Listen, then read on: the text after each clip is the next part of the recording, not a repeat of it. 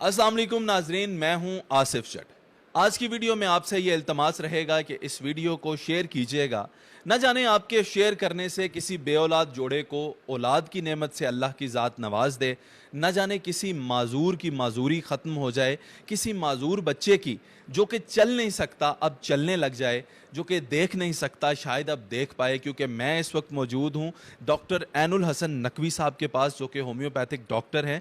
गुजरात में मैं इनके पास मौजूद हूँ। डॉक्टर साहब की स्पेशलिटी है कि ये माजूर बच्चों का इलाज करते हैं और इस कदर अच्छा इलाज करते हैं कि माजूर बच्चे जो कि चल नहीं सकते थे अब चल पा रहे हैं, जो कि देख नहीं सकते थे अब देख पा रहे हैं, सुन नहीं सकते थे अब सुन पा रहे हैं। इसी तरह डॉक्टर साहब की ये भी स्पेशलिटी है कि ये बेऔलाद जोड़ों का इलाज करते हैं और अल्लाह की ज़ात के करम से, उस मालिक कायनात के करम से उन बेऔलाद जोड़ों को अल्लाह की ज़ात औलाद की नेमत से भी नवाज देती है। आए डॉक्टर साहब से बात करते हैं। ताज़ा तरीन अपलोड्स की नोटिफिकेशन हासिल करने के लिए हमारे चैनल को सब्सक्राइब करें और साथ में दिए गए घंटी के निशान को दबाना ना भूलें। अस्सलाम वालेकुम डॉक्टर साहब। वालेकुम सलाम। डॉक्टर साहब, मुझे ये बताइएगा कि बेऔलादी बुनियादी तौर पे है क्या और ये लोगों के अंदर क्यों बेऔलादी होती है?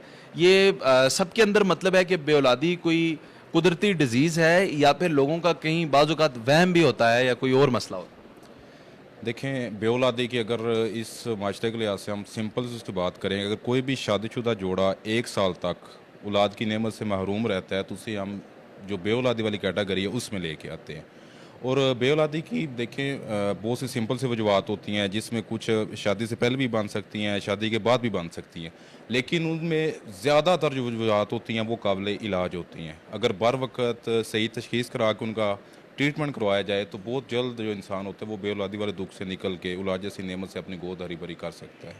डॉक्टर साहब, ये बताएं कि कैसे ये पता चलेगा कि ये इंसान बेऔलाद है, मतलब ये इसकी औलाद कभी भी नहीं हो सकती? वैसे तो मालिक कायनात के हाथ में ये इख्तियार है, डॉक्टर तो एक वसीला बन सकता है, आप तो सिर्फ कोशिश कर सकते हैं। तो लेकिन ये कैसे डॉक्टरी किसी टर्म के अंदर आपको पता चलता है कि यार नहीं, इस बंदे की औलाद नहीं हो सकती और हाँ इसकी हो सकती है? देखें, जो आपने किया है सवाल कि औलाद कैसे पता चले हो सकती है कि नहीं हो सकती, अब उसमें 2 मेजर इशू आते हैं। अगर मेल को एजोस्पर्मिया एक डिजीज़ है जिसमें स्पर्म ज़ीरो हो जाते हैं, अब वो एक ऐसी स्टेज है कि जिसमें डॉक्टर अक्सरियत का ये होता है कि ये मर्द अब बाप नहीं बन सकता। लेकिन अगर उसकी वजूहत को देखें, उसके पीछे भी काफ़ी हिस्ट्री होती है कि आया ये मर्द अपनी किसी गलती की वजह से, किसी बीमारी की वजह से, किसी चोट की वजह से इस मर्ज़ में गया है। तो एजोस्पर्मिया जो कि आजकल उस कैटेगरी में आ रहा है कि ये मर्द बाप नहीं बन सकता, लेकिन उसकी भी अगर हिस्ट्री को देखा जाए, उसकी बेस के सामने आपको आया ये मर्द गिरने की वजह से, इसे को टाइफाइड का मसला बना, इसे को टीबी वगैरह हुई या कोई भी से स्वेयर डिजीज़ हुई जिसकी वजह से ये मर्द एजोस्पर्मिया की तरफ गया। तो इन सारी सूरत हाल को सामने रख के ट्रीटमेंट किया जाए तो वो पेशेंट भी ठीक होते हैं और वो भी मर्द ठीक हो के अपना औलाद जैसी जो नेमत अल्लाह ताला उन्हें देते हैं। अच्छा, दूसरा उसके बाद जो फीमेल है, अब फीमेल में अगर देखा जाए कि जो औरतें बांझ होती हैं, जिन्हें अब माशरे में कहा जाता है कि ये माँ नहीं बन सकती, अब अगर आम अल्फाज में जिस इलाके में हम रहते हैं या जो लोगों का ज़हन है, जो लोगों को बीमारियों का पता चलता है जब लोग अल्ट्रासाउंड करवाते हैं, तो उसमें ये होता है कि उस औरत का यूट्रस जो होता है वो छोटा रह जाता है। अब उसमें 2 रीज़न है, या तो वो पैदाइशी तौर पे होगा या फिर बाद में किसी भी बीमारी की वजह से वो, और इस चीज़ का भी एक प्रॉपर ट्रीटमेंट है। और अल्लाह का शुक्र है कि उन लेडीज़ के जिनके यूट्रस छोटे रह गए थे, जिनमें उनको फिर ये मसाइल आते हैं कि मेंसेस नहीं आते या उनके एग्स वगैरह, सारा जितना प्रोसीजर होता है, अब अल्लाह की ज़ात ने ऐसी औरतों पे करम किया है जिनका हमने ट्रीटमेंट किया और ऐसे यानी लाइलाज जो केसेस हैं वो ठीक हुए हैं।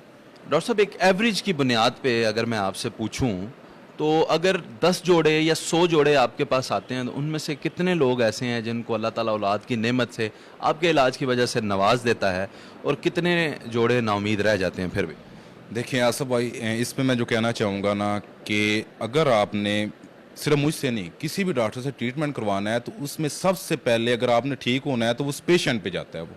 देखिए ना, डॉक्टर ने आपको एक टाइम दिया कि आपने 2 माह, 6 माह या 3 माह अपना ट्रीटमेंट करवाना है, तो अगर उसने इतना टाइम दिया, अगर वो मेरे ज़हन में ऐसा कोई पेशेंट नहीं आ रहा कि जिसने हमें जितना टाइम बताया उतना दिया और वो ठीक ना हुआ हो, चाहे उसकी वो एजोस्पर्मिया का था, चाहे किसी भी किस्म का एलिगोस्पर्मिया का था, उसके मर्द के अपना पस आ रही थी, या औरत को मेंसेस के मसाइल थे, या उसे कोई यूट्रस फाइब्राइड थी, या उसे पॉलीसिस्टिक ओवरी, कोई भी मसला था, अगर उसने को प्रॉपर टाइम दिया है तो वो सारे पेशेंट ठीक हुए हैं। और हमारे पास अल्लाह का शुक्र है कि ऐसे ऐसे जोड़े जिनकी 20-20 साल से औलाद नहीं है, अल्लाह की ज़ात ने उन्हें नवाजा है। अल्लाह ताला सबको औलाद की नेमत से नवाजे। डॉक्टर साहब, एक और बड़ा ख़ास ट्रीटमेंट जो आपके दुआ मेडिकल सेंटर में होता है वो है माजूर बच्चे। माजूर बच्चों का इलाज करते हैं, यानी कि ये मुझे बताएं, समझ नहीं आ रही कि एक बच्चा माजूर है तो उसका इलाज कैसे किया जा सकता है, वो ठीक हो सकता है? ये तो मुझे बड़ी उम्मीद की किरण नज़र आई है आपकी बातों से। देखें आसिफ भाई, मैं जो इस पे कहना चाहूँगा ना, जिस पे आपने पहले बात की बे औलादी, देखें अगर कोई भी बंदा हमसे ट्रीटमेंट करवाता है, अगर उसकी औलाद नहीं है तो उसका अल्लाह की ज़ात उसे औलाद से नवाजेंगे। देखिए ये हमारा खुदा की ज़ात पे यकीन है, और ये हमारा यानी पेशेंट के साथ एक सीरियस होने का है कि हम उसको कितनी केयर के साथ उसका ट्रीटमेंट करते हैं। देखिए हमारे पास इलाज का सबसे बड़ा बेनिफिट होगा कि जो उसका बच्चा होगा वो सेहतमंद पैदा होगा, ठीक है। अब जो माजूर बच्चों में हम इलाज कर रहे हैं उसमें जितने भी बच्चे हैं, किसी को बोलने का, चलने का, सुनने का, देखने का कोई भी मसला आ रहा है, उन सब का जो ट्रीटमेंट हम करते हैं और उससे माशाल्लाह बच्चे बहुत ज़्यादा जो है वो ठीक हुए हैं। डॉक्टर साहब ये बताइएगा, क्योंकि आजकल साइंस का दौर है, जिद्दत का दौर है, पहले ही पता चल जाता है कि माँ के पेट के अंदर भी बच्चा जो है जी वो माजूर है या उसके अंदर कोई इशू है, तो ऐसा क्या ट्रीटमेंट हो सकता है कि वो बच्चा पैदा ही हेल्दी हो, मतलब को अल्लाह ताला ना ही करे कि कोई किसी को माजूरी का सामना करना पड़े?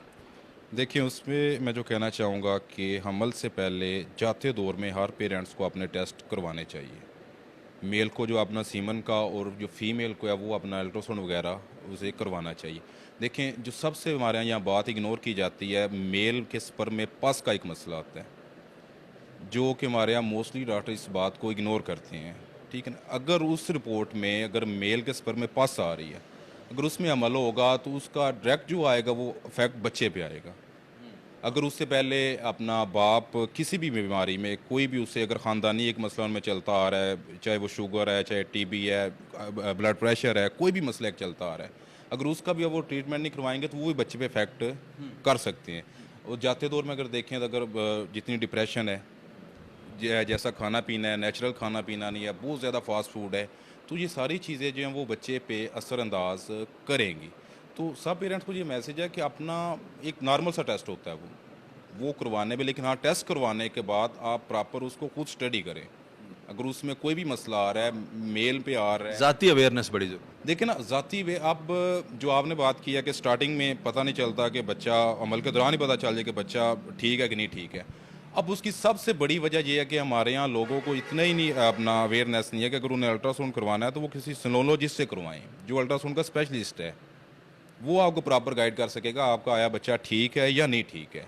और वो लोग, आप एक नॉर्मल सा अल्ट्रासाउंड करवा के उस पर बिलीव करके वो अपना बच्चा जब डिलीवर होता है, बच्चे में बहुत से मसाइल सामने नज़र आ रहे होते हैं। सही। डॉक्टर साहब ये बताइएगा कि बच्चों में बेसिकली आजकल क्या ज़्यादा मसाइल देखे जा रहे हैं, और उनमें से किन किन का इलाज मुमकिन है और किन किन का नहीं? देखें बच्चे को जो जितने भी मसाइल आते हैं, कोई भी बच्चा है वो 4, 5, 6 माह के अंदर अंदर आपको अपना एक दिखा देगा कि मुझे क्या क्या हो रहा है। वो एक ऐसी एज है कि अगर उस एज में माँ बाप नोट कर लें, अगर वो बच्चे को बुलाते हैं, बच्चा उनकी तरफ मुतवज्जे नहीं होता, बच्चा साल के अंदर अंदर बैठना नहीं शुरू करता, बच्चा अपने पाँव पे वज़न डालना शुरू नहीं करता, बच्चा अगर आप उसे बुलाते हैं तो वो आपकी तरफ मुतवज्जो नहीं होता, अगर आप उसके सामने कोई भी लाइट वगैरह करते हैं तो वो आंखों से रिस्पांस नहीं देता, तो आप ये समझें कि आपका बच्चा ठीक नहीं है। आपको बार वक्त उसका ट्रीटमेंट शुरू करना चाहिए, और वैसे बच्चे बहुत जल्द ठीक होते हैं।